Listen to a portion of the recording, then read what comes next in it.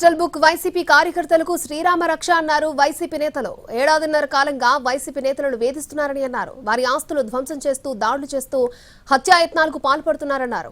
ఆ వేధింపులకు సంబంధించి ఫోటోలు, వీడియోలు డిజిటల్ బుక్ లో నమోదు చేసుకుంటే వైసీపీ వచ్చాక చట్టపరంగా వారికి న్యాయం చేస్తామని జగన్ భరోసా ఇచ్చారన్నారు వైసీపీ నేతలు.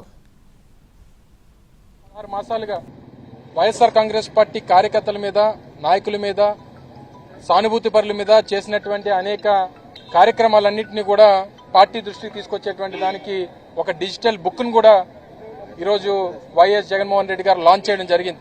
ఎవరికి ఏ ఇబ్బంది వచ్చినా, కష్టం వచ్చినా తక్షణమే ఆ డిజిటల్ బుక్లో వారు నమోదు చేసుకునేటువంటి దానికి, ఆ ఇన్ఫర్మేషన్ అంతా కూడా పార్టీకి చేరేటువంటి దానికి ఒక డిజిటల్ యాప్ను కూడా, డిజిటల్ బుక్ను కూడా ఈరోజు జగన్మోహన్ రెడ్డి గారు లాంచ్ చేయడం జరిగింది.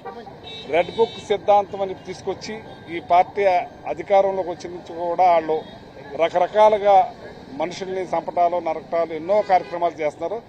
దానికోసం డిజిటల్ బుక్ అనేది ఒకటి తీసుకొచ్చి జగన్మోహన్ రెడ్డి గారు దాని ద్వారా మరి ఒక QR కోడ్ను కూడా ఏర్పాటు చేసి దాని ద్వారా వాళ్ళకి నష్టం జరిగి, ఎవరి వల్ల నష్టం జరిగిందో, ఎవరి వల్ల ఇబ్బంది జరిగిందో వాళ్ళ మీద యాక్షన్ తీసుకునే విధంగా అప్లోడ్ చేయడానికి ఆస్కారం ఏర్పాటు చేశారు.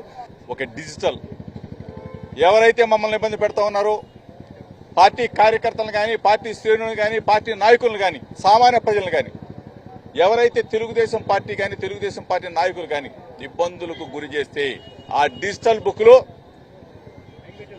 వాళ్ళకి నమోదు చేస్తాం.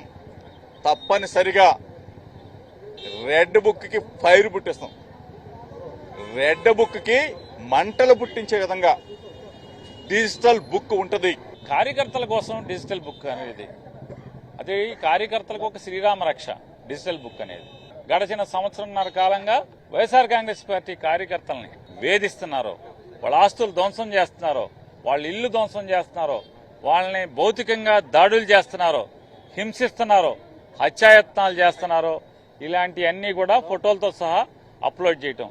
అలాగే ఏ అధికారులైతే తమ పట్ల అమానుషంగా ప్రవర్తిస్తున్నారో, ఏ అధికారులైతే తమకు అన్యాయం చేస్తున్నారో, జరిగిన అన్యాయం ఏంటి, ఇలాంటివన్నీ కూడా అప్లోడ్ చేయండి. ఖచ్చితంగా అప్లోడ్లో సర్వర్లో అవన్నీ కూడా రిజిస్టర్ అయి ఉంటాయి, రికార్డ్ అయి ఉంటాయి.